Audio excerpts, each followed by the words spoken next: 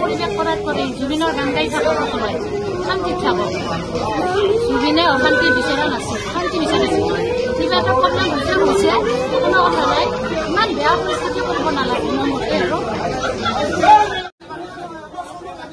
যদি অডিটবোৰ technical issue হৈছে, অডিটবোৰ cancel কৰিব লাগিছিলে। আমাৰ ৰাজনীতি চলি আছে আজি আমি ইমান দিনৰ পৰা জুবিনৰ এই চিনেমাখন চোৱাৰ আমাৰ অনুভূতি নাই। আমি জুবিনৰ কিমান নহয় না আমি ভাল নাপাওঁ নেকি? আমি তো সাৰ্ভাইভ কৰিম। এইটো কোৱেশ্যন এনচাৰ মেনেজাৰে দিব লাগিব। আমাক ডাইৰেক্টলি কৈছে শ্ব' কেনচেল হোৱা বুলি।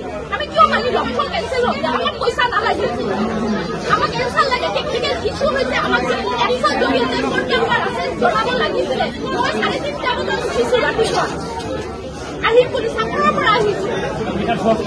আমাৰ 7টা বজাত আছিলে। আমাৰ শ্ব' কিয় কেনচেল কৰিব?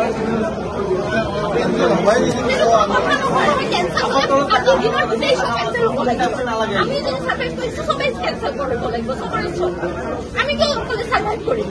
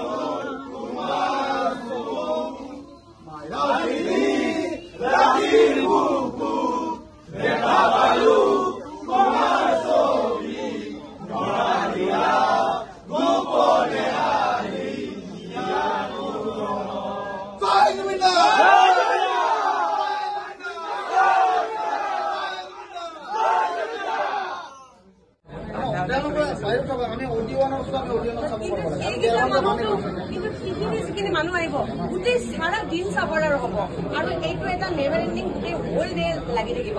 আমি এতিয়া ময়ো নিজৰো দুখ আছে, মোৰ নিজৰ আবেগ আছে, কিন্তু আমি সলিউশন এটা ওলাব লাগিব। যিহেতু আমি এখন চিনেমা চাবলৈ আহিছো, হয় না?